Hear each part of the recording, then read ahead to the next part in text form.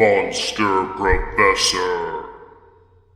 Welcome to the Monster Professor, a show in which we discuss and explore monsters in literature, myth, film, games, folklore, culture, and beyond. I'm your host, Josh Woods, author, editor, professor, and monster expert. One quick housekeeping note for today's episode.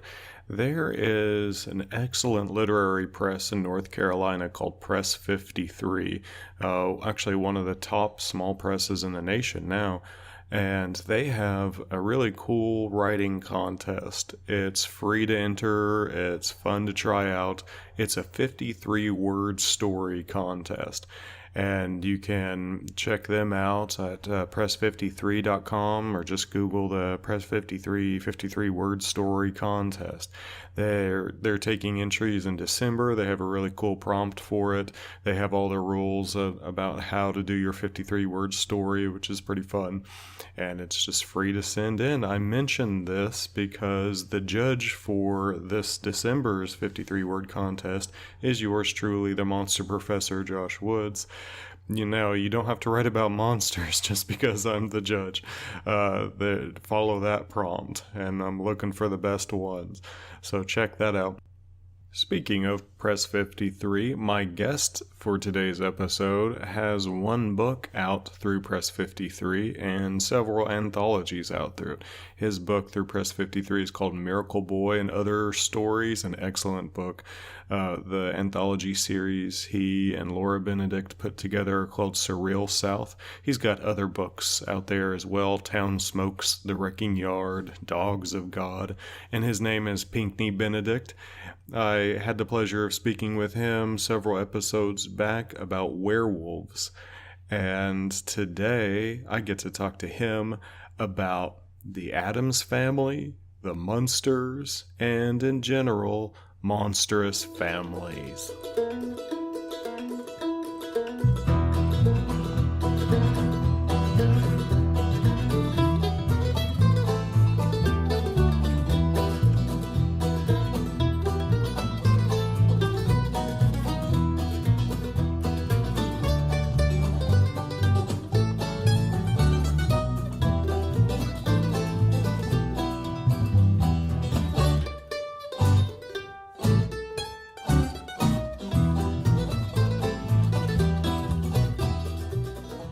First of all, thanks for coming on the podcast again, coming back on the Monster pleasure. Professor. My pleasure. I have to admit that when I heard not too long ago during your show, I heard that you were going to only every 2 weeks. I kind of fell apart for a little while. Figure out what I was going to do. I've gotten in the habit of I listen to it. I take a long walk outdoors every Saturday morning. And that's been my Monster Professor time, like just, being the Monster Professor out walking. And, now I'm like, oh, what am I going to do every other Saturday? What am I going to listen to? So I have yet to find a replacement, but I believe that I know what your secret project is, and I will not drop any spoilers, but suffice it to say, I'm very excited about it, and it is definitely worth your dropping back on your production schedule. Well, thanks for the compliment and the plug on the secret project. I was worried that people would turn into monsters who were really enjoying the show weekly, but I think it'll be worth it. I think we can pick back up to once a week eventually. Well, you and I were I don't even remember what got us on the subject. I guess we were texting or I don't remember what it was exactly. And we started talking about Addams family and then Munsters and Addams family Munsters. And after like 5 or 6 back and forths, we were like, man, we should just make this a podcast. Right. That's a show. That's a show. Yeah. Yep. And so, cause the Addams family, and the Munsters, they were both on as reruns when I was growing up. Then the Addams Family movie in the 90s, when that came out with like Raul Julia. And I guess that's my question for you. Is that, so you knew the Addams Family before the Raul Julia, and is it Angelica Houston plays Morticia, and Christopher Lloyd plays Uncle Fester? God, yes, he's amazing. He's actually, for my money, he's the only, and your viewers, I guess you don't have viewers, but your listeners can't see me, but I bear a certain resemblance to Uncle Fester. And in fact, I will admit that my wife, when she is irritated with me, calls me Uncle Fester. So I have a particular fondness for Uncle Fester. But I thought Christopher Lloyd, I guess it was Jackie Coogan, in the TV show. Yeah, Jackie Coogan was a child actor. He was one of these guys who, was really, really popular, I guess, in film, when he was a little kid, and then he grew up to become, the initial Uncle Fester. But then it was Christopher Lloyd in the film, and I think Christopher Lloyd was brilliant at it. But for me, the Addams Family is less the films from the 90s and perhaps into the 2000s. I don't know when the latest incarnation was, than it is the television show. And actually, for me, even before the television show, the Addams Family was not called the Addams Family. I didn't know the name the Addams Family. I just knew my parents had a collection of Charles Addams drawings called Drawn and Quartered. And and I remember running across that as a little kid, and long before I understood those cartoons at all. And another thing they also had that had some of these Charles Addams cartoons was, it was this compendium of, New Yorker cartoons from like the 20s through the 40s. I remember they kind of went through the end of World War II. And, for me, and I know you've talked about this a lot on the show, and your guests tend to talk about it. How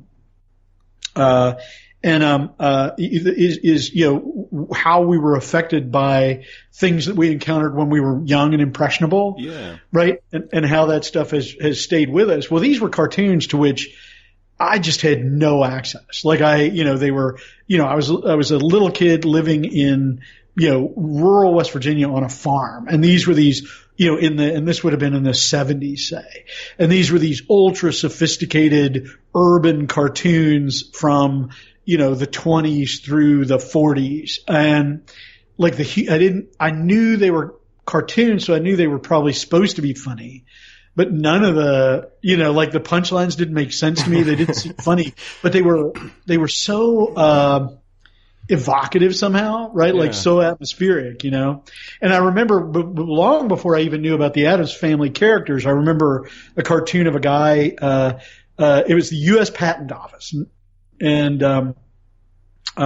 it was a guy, obviously a patent officer kind of leaning out his window of what's obviously a skyscraper with this kind of weird ray gun looking weapon, and a guy in a lab coat behind him who's clearly the inventor who's brought this thing in to the patent office. And the guy's leaning out the window and he says, "Death ray fiddlesticks. It doesn't even slow them up." and that's kind of the one of the first Charles Addams cartoons I remember. But see, my guess is, I don't know what your listenership is, but that many folks who are listening to the podcast, even if they know about the Charles Addams cartoons, and they probably know about the TV show, their first encounter with it is through the films. Yeah, I mean, I didn't. I was just aware of them. I'd maybe seen a couple of episodes of both Munsters and Addams before I ran into that Addams Family movie.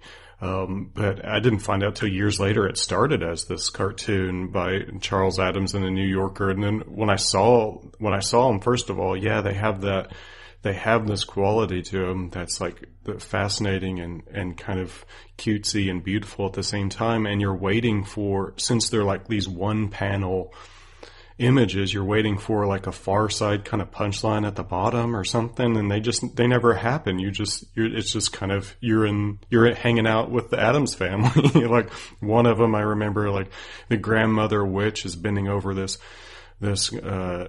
Gothic kind of oven, and then Wednesday and Pugsley on either side of her, and she's pulling these cookies out of the oven, and you're waiting, you're looking at like, what's on the cookies? And they're like, little bat cookies and skulls, and and that's it. And we do that right now for Halloween. Like, maybe that was crazy then, but really, I mean, what's the punchline of the craziness? It's nothing really. It's, you just get to hang out with this family. And I think that's one of the greatest things that 90s movie did for me is, like, you know, I was a young teen at the time, and I was already discovering or realizing how freaking weird I am. And I'm like, where do I belong? I can't figure out what I am. And then I watch the Addams Family. I'm like, I'm an Addams. I'm just a misplaced Addams is all I am. I think I even had the poster in my bedroom of the Addams Family. I don't know. Well, yeah, and there, you know, and there's so many appealing things to go to the television show and also the film. But I think this quality is actually also there in the comics. I don't think I'm backfilling this. Is that, for instance, between the characters who became Gomez and Morticia, and of course in the cartoons they're nameless. Yeah. And I like that nameless quality. Like, I like the fact that we didn't even know, like, you know, we didn't even know their relationships. Like Yeah. we didn't know that's the grandmother or the uncle, or, you know, they're just this like tribe. Yeah, I remember there was a sorry, moment Charles, some of his old writings about him when he's like, you know, thought webbing what these things are. And for the bio under Gomez Addams, he's like, you know, his something about his marriage to Morticia, if indeed they're even married at all. You know, well, that's the thing. Like, why would they be? I mean, you know, it's not. And who's going to marry them? Like a Presbyterian minister? You know, I mean, they're not. You know, so are they married? Is she alive? I mean, she certainly looks corpse-like, right? Yeah. And maybe she's even she's a vampire or something. But they're both. But I mean, the thing that attracts me to them is they really seem sincerely to have a romantic love between them. Oh yeah. You know what I mean? Like they aren't, they aren't disaffected. They aren't, they really, they're really attracted to each other. And Morticia, and again, maybe I confess, more than I should, but I mean, as a boy, I'm looking at Morticia and I'm like, whoa, that's you. I mean, erotic imagery when you're growing up on a farm in the 70s in West Virginia is hard to come by, right? So I'm looking at Charles Addams as drawn and quartered, and I'm like, whoa, which will, to the internet age of folks, that will perhaps sound perverse beyond belief. Yeah.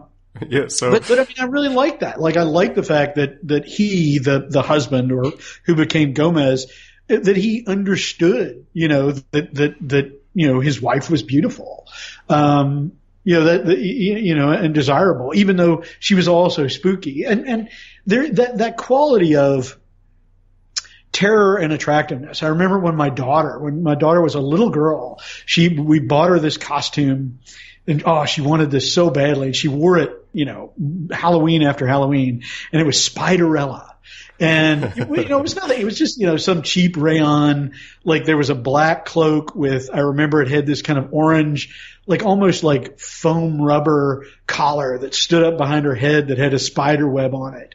And I did she wear like pale makeup or something? But it was really, it was a sort of pseudo Morticia outfit, and her description of it. And we did not put this in her mouth, but I remember her as a little girl. What could she have been? 7? And she says, Spiderella is spooky, but also beautiful. And so now, that's kind of our watchword for that, things that are spooky, but also beautiful. Yeah. Right. And I love that. Like, that captures so much of what those cartoons were for me, is they were, like you say, they weren't punchlines. I didn't read them to go, ha ha, they put one over on the Straits or whatever. It was like, it was this being able to look into this, sort of erotically charged, scary space that was also deeply aesthetically pleasing and unified. Yeah. Like, every part of that house that you looked at, like Hill House, right? And you've talked about Hill House on your show. Like Hill House, every part of it you looked at, like, they wouldn't necessarily all go together. I couldn't draw you a schematic of their house. At the same time, if you showed me a picture and said, is this part of their house? Is this not part of their house? I would know. Yeah. Right. I would, because the aesthetic was so powerful and so complete and so pleasing. I mean, it really was spooky, but also beautiful. Yeah. Hell, we should do the Gothic game show in which I show you an image like which Gothic house is this? The Addamses. Yeah. No, that would be great. I mean, that's definitely, that's the Castle of Otranto. No question about it. I can tell because there's a huge helmet lying on top of it, dude. That made me laugh. I'm walking around and you're talking about the Castle of Otranto and the big helmet that just falls from the sky. And I haven't read the Castle of Otranto since I was an undergraduate probably, and I probably never will again. And, it's really not that good, but it's crazy. Well, it's something you ought to read, right? I mean, there are books that you read and then you don't ever have to read them again. But you ought to have read them. Yeah. But I'd forgotten about the giant helmet. I've been looking forward ever since to your episode about, just crap that falls, crazy crap that falls from the sky. Yeah, I have a whole, gazetteer or compendium on like news stories for the past 100, or from 1900 to 1999 on like things that have fallen out of the sky by city and state. And it's mind blowing. Well, anyway, I'm getting off topic. That's great. Well, and it's all right. It's all the type of or the type of it is wormwood, right? I mean that's the evil thing that falls from the sky for no reason that anybody can really figure out, and that does terrible stuff when it lands. And so the great helmet, or the rain of rocks on the roof of Carrie's mother's house or whatever. That's just wormwood is the type of all of that, I think. Yeah. Is the bitter star that falls and destroys a third of all life on Earth. Yeah, and then it doesn't sound so crazy when you start looking at, like geologically, like what wiped out the dinosaurs. I remember explaining this to a little niece of mine. She's like, why did the dinosaurs die? I'm like, because an asteroid came down and hit the Earth and killed them all. And she's like, well, it's an asteroid. I'm like, there are these huge rocks floating up in the sky above the clouds. And she said, why are there huge rocks floating up there? And I'm like, my God, I don't know why. And I started getting spooked into Why would anyone do that? Yeah. Like, I don't know why. I don't know how to answer this. Let's stop talking about it right now. So I found, I don't know if you've run across this, but Charles Addams was like brainstorming this whole with Addams Ray family. Bradbury. Yeah, Ray Bradbury. Yes, yeah, yes, I know exactly what you're talking about. Go ahead. Yeah, and so I've only recently come across, like, they published it posthumously, but these collections, like, they ended up not being, not getting anywhere with the project together, and so they split off. So Charles Addams did the cartoons, and Ray Bradbury started writing these short stories. And they didn't really go anywhere, but posthumously they collected them into a book called From the Dust Returned. Have you read any of this? I have not actually, but I've heard about the Ray Bradbury because, you and I are both in Illinois. Are we allowed to say that? I don't know how secret you're being about who you are. I guess, they've got my name. They know I teach at Southern Illinois University. If somebody's going to hunt me down, whatever, I can't do much about it. And woe betide you, by the way. Because I'm at least as well armed as you are, but yeah, since we're both in Illinois, right? It's these are stories of this family of Illinois vampires. Yeah, these monsters or whatever they are in this house, and it's freaking adorable. Like and it's like, adorable is not the right word. Like it has that like creepy feel, but entirely whimsical. Like that's Bradbury, right? I mean, Bradbury always gets that space exactly right, I think. In a way that defies my understanding, because when I look at his prose, I always think Bradbury is juvenile. Yeah. You know what I mean? Like sentence by sentence, I'm like, oh, come on, dude. But then the overall effect is always like, oh my God, like that's what childhood is really like. And it's actually that scary and actually that sad, and actually that sentimental and actually that heroic. Yeah. When I think about Something Wicked This Way Comes, right? I mean, yeah. And I'm like, oh, that's exactly what, boyhood friendships are like, and it's exactly the way they end. It's like one of them gets a year older than the other. You know what I mean? And it's just this unbridgeable gap, and so no, that doesn't surprise me at all. And if I were better doing my homework, I'd have actually read them before I came on the show, because I wanted to talk about them. But I'm part of an English department, so I'm deeply accustomed to talking about literature that I pretend to have read. But this in these stories, it's like, just like upper Illinois somewhere, out of the blue, one night there's this big storm and it whips up this entire like mansion, castle type of thing, flies through the air and just lands in Illinois and stays empty until one cat moves in and from Egypt who escaped out of the pyramids, and then like one spider moves in, and then like one ghost of a mouse moves in, and then these like monster families start moving in. Ghost of a mouse. Yeah. It's great. I'll just give you one paragraph to get a sense of the whimsy. No, in this, please. But it's so like Ray Bradbury's version of what ended up being the Addams family elsewhere. About the house, he says, the house was a puzzle inside an enigma, inside a mystery, for it encompassed silences, each one different, and beds, each a different size, some having lids. Some ceilings were high enough to allow flights with rests where shadows might hang upside down.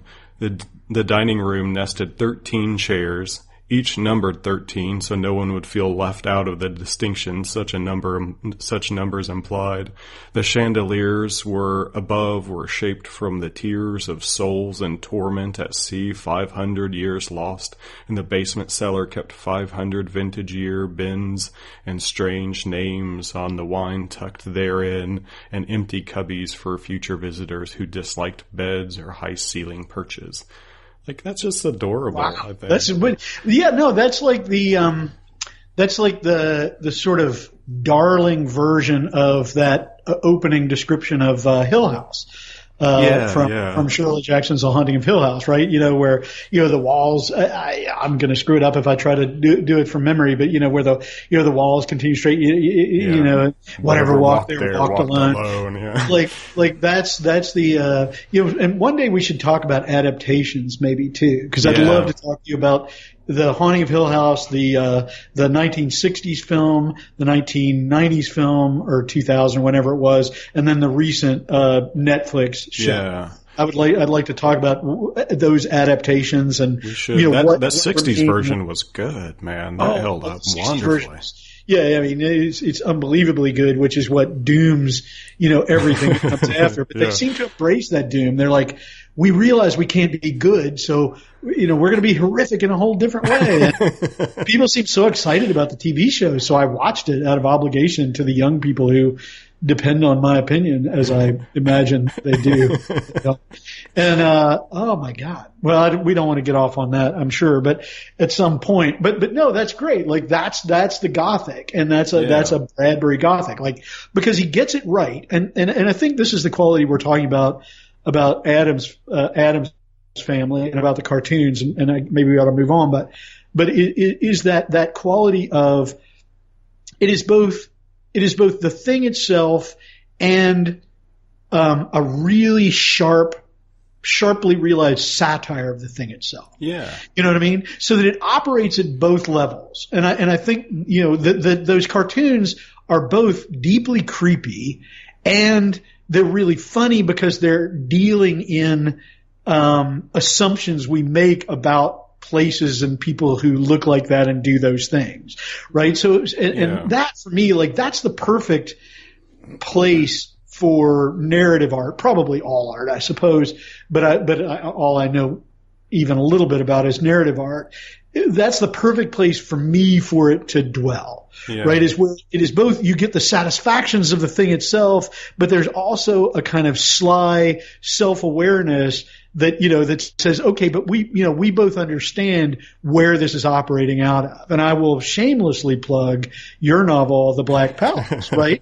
No, and I don't think it's out of place, right? I mean, I would talk about The Black Palace in this context, no matter who I was talking to about this, but it's both a really terrific, like, what do we want to call it? Like a horror action novel or something like that, right? It's absolutely, satisfying in the way that a good action novel with, about a regular SWAT team would be satisfying, or the way that, the Raid Redemption is really satisfying. These really cool, heavily armed, good guys are in a terrible, terrible place surrounded by heavily armed, expert bad guys, and what's going to happen, right? And can they get, so it satisfies at that level, but there's a meta level to that book that's really enjoyable too. You're not winking at us, but we're all aware that you're referring to much older stories, and that you're consciously referring to much older stories, to really ancient material, and that you're drawing. So I think the Black Palace works in that way as well. That there's a level at which it's really exciting and scary, and there's a level at which it's really funny. Yeah.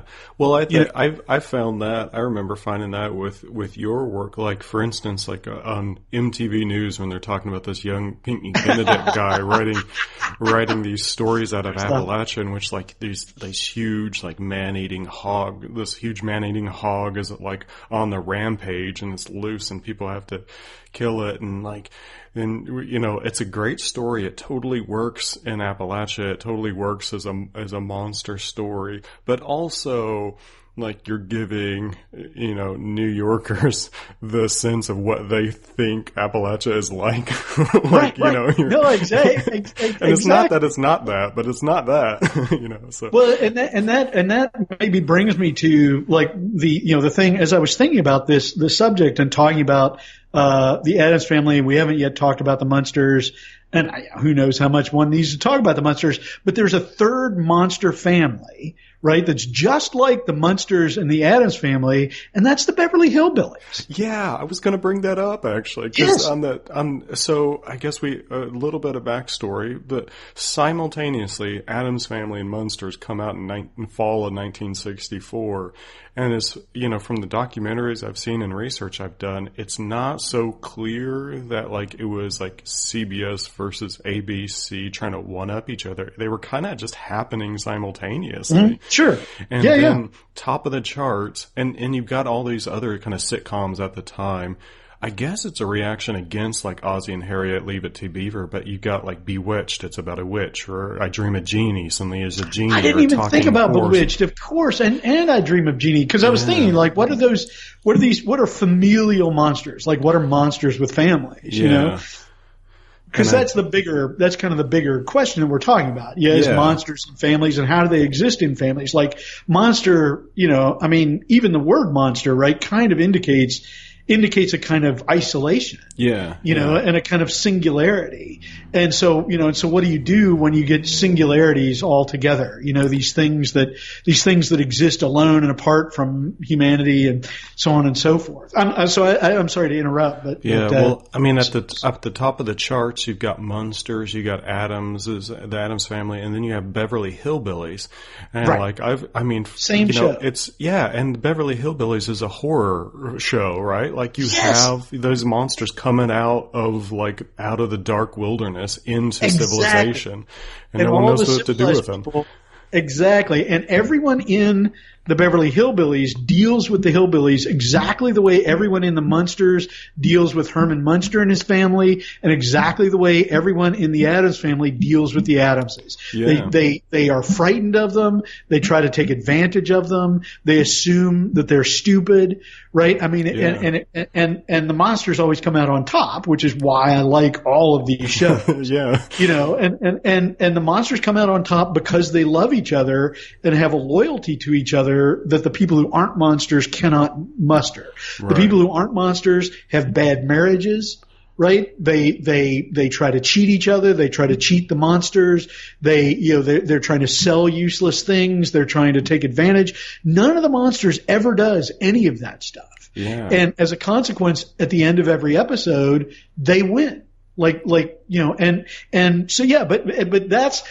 that quality of the Beverly Hillbillies, and I'm going to get excoriated if people will go, oh, this guy claims he's a West Virginia writer, but he claims the Beverly Hillbillies is his inspiration. But that's exactly it. Is like part of what I love to do is to is to pull that stuff, right? Like go, how much of a tall tale can I tell you that you, knowing nothing about me but from the fact that I'm from West Virginia, how much of it will you buy? Yeah. You know what I mean? Yeah.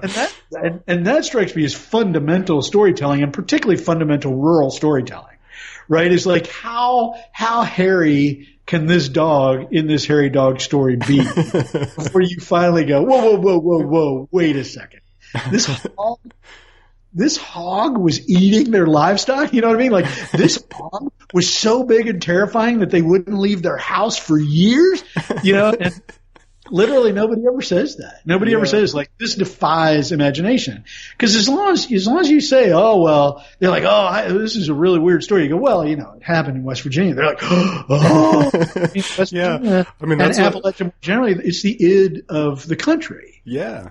Right? Anything can happen there. Oh, it's this weird, inhuman place. And so that's, the Beverly Hillbillies are just the Munsters without having to spend 4 hours in the makeup chair. Yeah. And I mean, like some of the best episodes of The Sopranos, for instance, fit that formula to a T. Like you've got this family of monsters that are just like tight knit and everybody else comes along who like feels superior to them, but eventually, falls apart and doesn't hold up. In kind of when you're set against a family of tight-knit monsters. And I love that kind of thing. Well, maybe we should talk about the Munsters for a minute because, I mean, there's, like you pointed out, I think when we were talking about it before, how one of the clear distinctions is Munsters are like working class. Like Herman Munster has to leave every day. He's a gravedigger.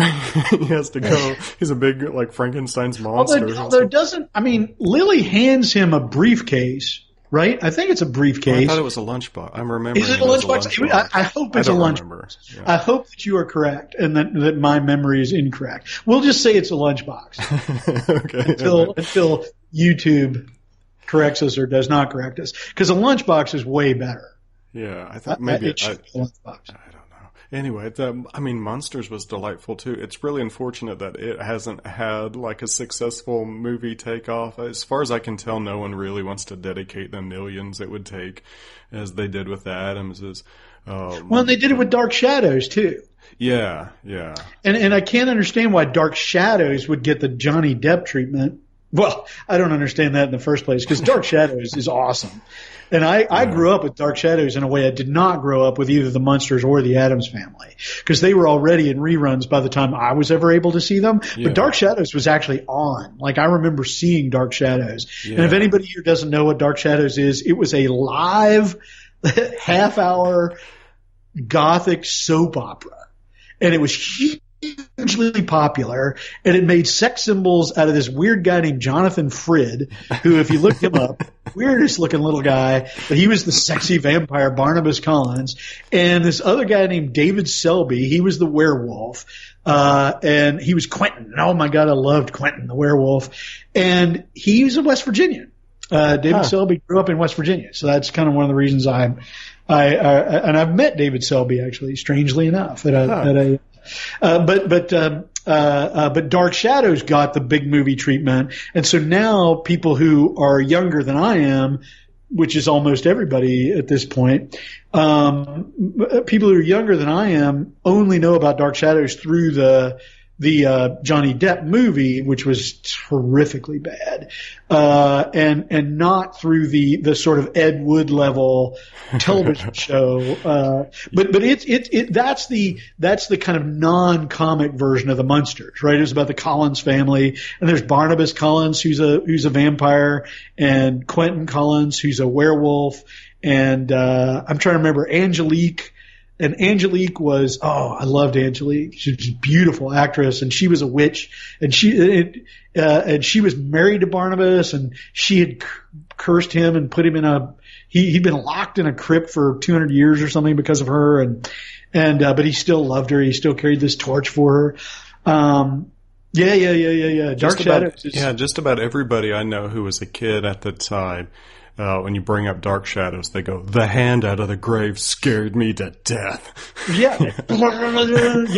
Here it comes. And it really was scary. Like, I mean, it was, that was a show that when I watched it in the afternoons, I would get home from school and Dark Shadows would be on. And it was just, and that theme would come up. And it was when I first got a record player, one of the first albums I ever owned and one of the first things I ever got off of Apple iTunes when it became possible to buy songs that, you hadn't heard in 30 years was the theme music and all the incidental music and stuff like that to Dark Shadows. And I still listen to it. It's so atmospheric. Yeah. And I mean, I think at least some of my younger students sometimes are kind of surprised at finding out like how cool and out of the box so many of these shows and movies were back in an era when they're thinking, well, they think that, they think now, well, that's too stereotypical and kind of demeaning, I think. But let me say it like this, like a lot of people are surprised to find that there was this Gothic vampire romance drama entirely successful, like decades and decades ago. Like, and it was live. It was live. Yeah. So many weird things. Like, can you imagine? Yeah. Yeah. Like that's something the BBC would have done for Quatermass, back in the 50s, right? Yeah. These live multi-part, and it went on for years and years and years. There are hundreds of episodes of Dark Shadows. And I mean, I seem somehow, I keep pushing us away from the Munsters. And I don't know why, because I actually love the Munsters. but Dark Shadows seem to me, if we're talking about monster families, we got to talk about the Collins of Collinwood. And I mean, just awesome stuff. Well, like the Munsters too, like, driving around in that like dragster that they see, have. And this is why, when we talk about Munsters versus Addams family, or not even versus, we talk about, Ginger, versus Marianne. I don't mean to set up a kind of dichotomy or choice or something like that, but there are aspects to the Munsters that I love that are, maybe they're hokey, but maybe that's just because I love hokey stuff. But like, I love the dragster. Yeah. You know what I mean? It's wicked. But they had a dragster, I mean, the Addamses had a harpsichord. You know what I mean? I won't do too much of that, or I'm sure iTunes will flag us. YouTube's going to announce to sue me. But they had a harpsichord and they had a butler and and even the old witch was called Grandmama, right? Yeah. And but the Munsters, the Munsters exactly. They had a dragster and they had like a dragon and Spot. Exactly. Yeah. They were sort of like the Flintstones in that way, I suppose.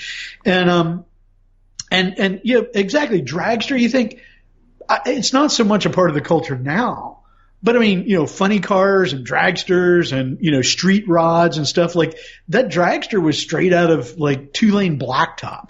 Yeah. Or some classic movie about street racing. And, the fact that the Munsters like that, that's great. Like that puts them in my wheelhouse. You know what I mean?